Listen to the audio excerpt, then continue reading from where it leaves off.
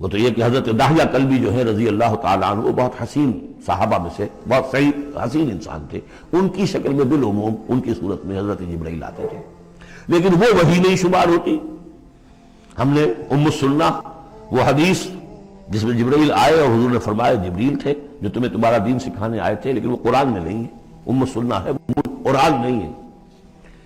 البتہ یہ کہ حضرت جبرائیل کو ان کی اصل ملک کی شکل میں حضور نے اپنی ان آنکھوں سے 2 مرتبہ دیکھا ہے۔ ایک مرتبہ بالکل آغاز میں، جبکہ حضرت جبرائیل جو ہیں ایسے ظاہر ہوئے، حضور اتر رہے تھے غار حرا سے، جبل نور سے، تو آپ کو آواز آئی یا محمد۔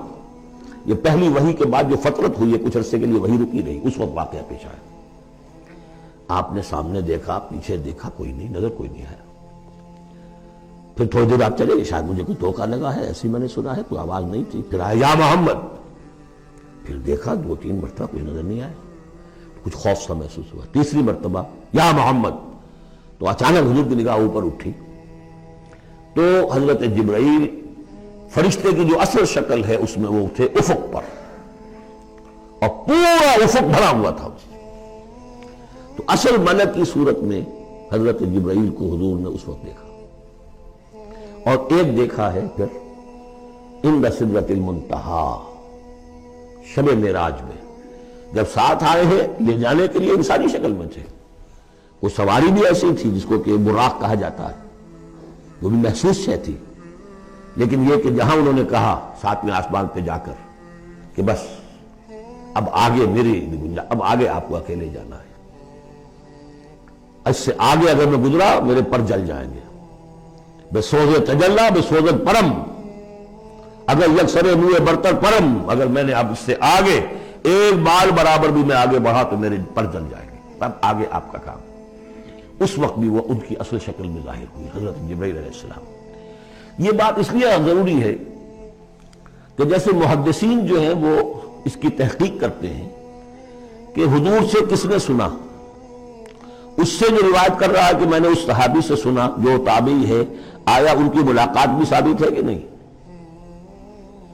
تابعین کے طبقے کا ایک شخص وہ ہے کہ جس کی عمر ابھی 6 برس کی تھی کہ وہ صحابی فوت بھی ہو گئے، اور وہ کہہ رہا ہے میں نے ان سے سنا، تو پھر وہ حدیث جو ہے محدثین اس کو قبول نہیں کریں گے۔ وہ دیکھتے ہیں کہ لنک جو ہے مضبوط ہونا چاہیے، روایت ہے نا ان فلاں ان فلاں ان فلاں، حضور سے فلاں صحابی نے سنا، اس نے سنا، اس تابعی نے سنا، یہ لنک جو ہے یہ ملاقات ثابت ہونی چاہیے۔ تو چونکہ جو حدیث اللہ ہے، یہ قرآن کیا ہے؟ حدیث اللہ، یہ حدیث ہے، احسن الحدیث اللہ الذی انزل احسن الحدیث کتابا متشابہا مثانیہ، یہ ہم پڑھ چکے ہیں سورہ زمر میں۔ اس حدیث کا یہ حدیث اللہ سے کس نے سنا؟ جبرائیل نے۔ جبرائیل سے کس نے سنا؟ محمد نے۔ تو ان کی ملاقات ثابت ہے۔ اصل ملکی شکل میں حضرت جبرائیل کا دیکھا جانا اس اعتبار سے بہت اہم ہے، اس لنک کو اسٹیبلش کرنے کے لیے اس کو یہاں پہ بیان کیا جا رہا ہے۔ ما ضل صاحبکم وما غوا، تمہارے یہ ساتھی ہے لوگوں، یہ محمد نہ بہکے ہیں اور نہ بے راہ ہوئے ہیں، نہ بھٹکے ہیں۔ وما ينطق عن الهوى، اور یہ جو کچھ کہہ رہے ہیں اپنے جی سے نہیں کہہ رہے، خواہش نفس سے نہیں کہہ رہے۔ ان هو الا وحی یوحی، نہیں ہے یہ مگر وحی جو ان کی طرف کی جا رہی ہے۔ علمہ شدید القویٰ، انہیں تعلیم دی ہے، سکھایا ہے اس نے جو بہت طاقت والا ہے۔ یہاں حضرت جبرائیل ہے جو مراد ہے۔ علمہ شدید القویٰ، یہ قرآن کس نے سکھایا محمد کو؟ شدید القویٰ، ذو مرۃ، وہ بڑا زور آور ہے، فاستویٰ، وہ سیدھا ہوا، وہو بالافق الاعلیٰ، اور افق اعلیٰ کے اوپر وہ محمد کو نظر آ رہا تھا صلی اللہ علیہ وسلم۔ ثم دنا فتدلی، پھر ذرا نیچے کو لٹکا، قریب آیا، فکان قاب قوسین او ادنیٰ، اور پھر وہ اتنے قریب آ گیا کہ جیسے 2 کمانوں کا فاصلہ ہو یا اس سے بھی قریب۔ فاوحیٰ الی عبدہ ما اوحیٰ، پھر اس نے وحی کی اللہ کے بندے کی طرف جو وحی کی۔ وہ وحی کون سی تھی؟ وہ ہے اصل میں وحی رسالت۔ وحی نبوت جو تھی وہ تو شروع میں آ چکی، اس کے بعد یہ فترت ہو گئی تھی، کچھ وقفہ پڑ گیا تھا۔ شروع میں وحی جس سے کہ حضور کی نبوت کا ظہور ہوا ہے وہ تو ہے اقرا بسم ربک الذی خلق، خلق الانسان من علق، اقرا وربک الاکرم الذی علم بالقلم، علم الانسان ما لم یعلم۔ لیکن اب یہ سورہ مدثر کی آیات اس وقت نازل ہوئیں، یا ایھا المدثر، جب حضور گھر آ گئے اور پھر آپ نے اپنی اہلیہ سے کہا، خوف زدہ تھے جو کہ منظر دیکھا تھا، ملک کی شکل، فرشتے کی شکل، اب وہ تو حضور ہی نے دیکھا جو دیکھا، ہم تو نہیں سمجھ سکتے کہ آپ نے کیا دیکھا، لیکن یہ کہ اس کے بعد آپ آئے، آپ نے کہا مجھے کمبل اڑا دو، لحاف اڑا دو، لحاف اوڑھ کر آپ لیٹ گئے، تو پھر وہ وہی یا ایھا المدثر قم فانذر وربک فکبر، اے لحاف میں لپٹ کر لیٹنے والے کھڑے ہو جاؤ اور خبردار کرنا شروع کر دو لوگوں کو، اور تمہاری اس دعوت کا نقطۂ آغاز تو انذار ہے، اور اس کا ہدف دنیا میں تکبیر رب ہے، رب کو بڑا کرو، اس کی بڑائی منواؤ، اس کی بڑائی نافذ کرو، اس کا نقشہ کھینچا گیا ہے۔ علمہ شدید القویٰ ذو مرۃ فاستویٰ وہو بالافق الاعلیٰ ثم دنا فتدلیٰ فکان قاب قوسین او ادنیٰ فاوحیٰ الی عبدہ ما اوحیٰ ما کذب الفؤاد ما رأیٰ۔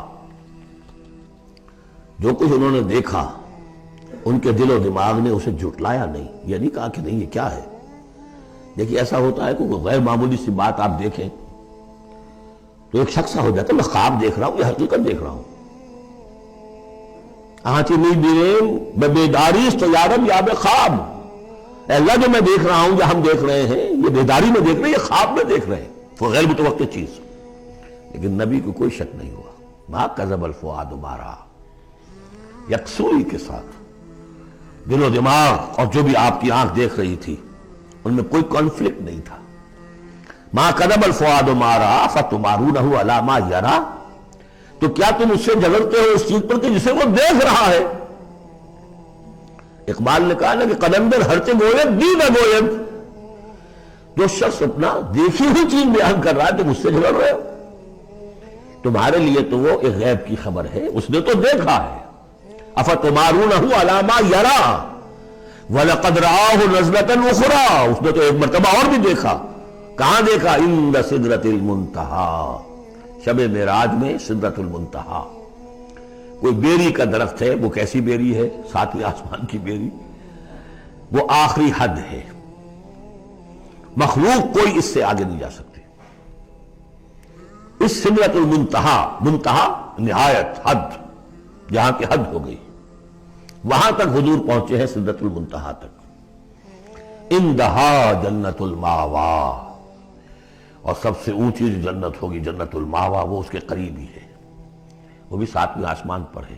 یہ تو درجہ بدرجہ ترقی ہوتی جائے گی نا، پہلی ضیافت جو ہے، پہلی نزل جو ہے وہ تو اسی زمین پر ہو جائے گی، پھر جو ترقی ہوگی اپنے اپنے مدارج، اپنے اپنے مراتب، اپنے اپنے مقامات، اپنے اپنے ایمان کی گہرائی، اپنے اپنے اعمال صالحہ، اپنا اپنا انفاق مال و جان، اس کے حوالے سے درجے ہوں گے۔ اندہا جنت الماوا اذ یغشی السدرۃ ما یغشی، جبکہ ڈھانپے ہوئے تھا اس بیری کو جو ڈھانپے ہوئے تھا۔ اب تمہیں کیا بتائیں کیا ڈھانپے ہوئے تھا، تم نہیں سمجھ سکتے۔ دیکھیں کس طریقے سے اذ یغشی السدرۃ، کوئی انوار الہیہ کا کوئی ایسا نزول ہے وہاں جو زبان سے ادا نہیں ہو سکتا، کوئی الفاظ نہیں ہے کہ جو ان کی تعبیر کر سکے، اس پر انوار الہیہ کا کوئی نزول ہے۔ اذ یغشی السدرۃ ما یغشی، جبکہ چھایا ہوا تھا اس بیری کے اوپر جو چھایا ہوا تھا، جبکہ ڈھانپا ہوا تھا اس بیری کو جس نے ڈھانکا ہوا تھا۔ ما زاغ البصر وما طغیٰ، نبی کی آنکھ اس وقت نہ کج ہوئی نہ حد سے بڑھی۔ یہ دو انتہائیں ہوتی ہیں، ایک تو یہ کہ آپ کسی انٹینس لائٹ کو فیس نہ کر سکے تو نگاہ ہٹائیں گے، آپ یہ جھپک لیں گے، فیس نہیں کر سکتے اگر آپ میں ہمت نہیں، استعداد نہیں ہے۔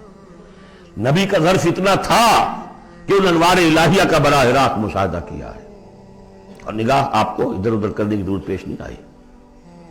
لیکن طغیٰ ایک حد ادب بھی ہوتا ہے جس سے آگے انسان کو نہیں جانا چاہیے، نگاہ جو ہے اس نے بے ادبی کی روش بھی اختیار نہ کی۔ علامہ اقبال نے، واقعہ یہ ہے کہ اس آیت کو میں نے سمجھا علامہ اقبال کے ایک شعر سے، اور اکثر و بیشتر لوگ نہیں سمجھ سکے اس آیت کو۔ ذوق و شوق کے نام سے جو ان کی نظم ہے بال جبریل میں، وہ میرے نزدیک ان کے شاعرانہ جو ان کی استعداد ہے اس میں بلند ترین نظم ہے وہ، جہاں تک پیغام ان کا جو ہے امت مسلمہ کے لیے، اس کے لیے ابلیس کی مجلس شورا، وہ کلائمیکس ہے، اور وہ ہے بھی ان کے آخری زمانے کی نظم ہے، سن 36 میں انہوں نے کہی ہے۔ اس کے بعد تو بیماری اتنے رہے ہیں، بہت کم اشعار کہے، لیکن اس میں ذوق و شوق میں ایک شعر ہے: عین وصال میں مجھے حوصلہ نظر نہ تھا،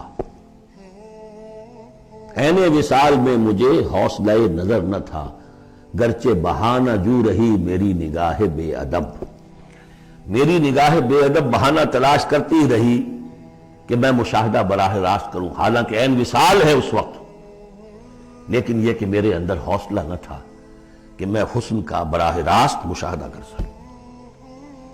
عین وصال میں مجھے حوصلہ نظر نہ تھا، گرچہ بہانہ جو رہی میری نگاہ بے ادب۔ یہاں ان دونوں چیزوں کے برعکس بات ہے جو اقبال اپنے بارے میں کہہ رہا ہے۔ میں تو بے ادب بھی ہوں، اور میں تو چاہتا تھا کسی طریقے سے حد ادب سے تجاوز کر کے دیکھوں، لیکن میرے اندر تو حوصلہ نہیں تھا۔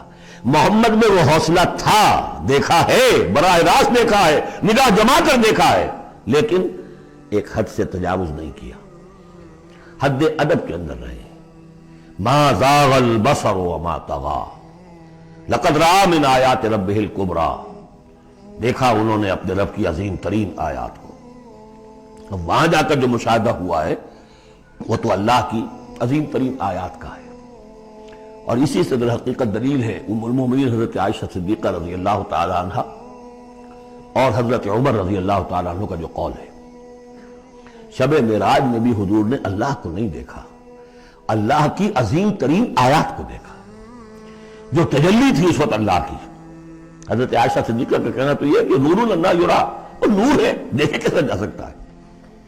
بہرحال وہاں بھی قرآن جو کہہ رہا ہے وہ یہ نہیں کہہ رہا ہے کہ اللہ کو دیکھا، نہیں، جیسے کہ وہ جو شب معراج میں پہلا سفر کا حصہ تھا زمینی، مسجد حرام سے مسجد اقصی تک، سبحان الذی اسریٰ بعبدہ لیلا من المسجد الحرام الى المسجد الاقصی الذی بارکنا حولہ لنریہ من آیاتنا، وہاں پر بھی اللہ نے اپنی آیات کا مشاہدہ کرایا، لیکن وہ زمینی آیات ہیں اللہ کی، وہ برکات جو ہے زمینی ہیں۔ یہ تجلی جو ہو رہی ہے یہ ہو رہی ہے اس سدرۃ المنتہا پر، آخری حد ہے، مخلوق کی آخری حد ہے، اس سے آگے کہیے حرم ہے، حریم ذات ہے اللہ کی، جس میں کسی غیر کا کوئی دخل ممکن نہیں۔ اس حد پر جا کر جو وہاں تجلیات باری تعالیٰ تھے ان کا مشاہدہ کیا ہے۔ لقد رأى من آیات ربہ الکبریٰ۔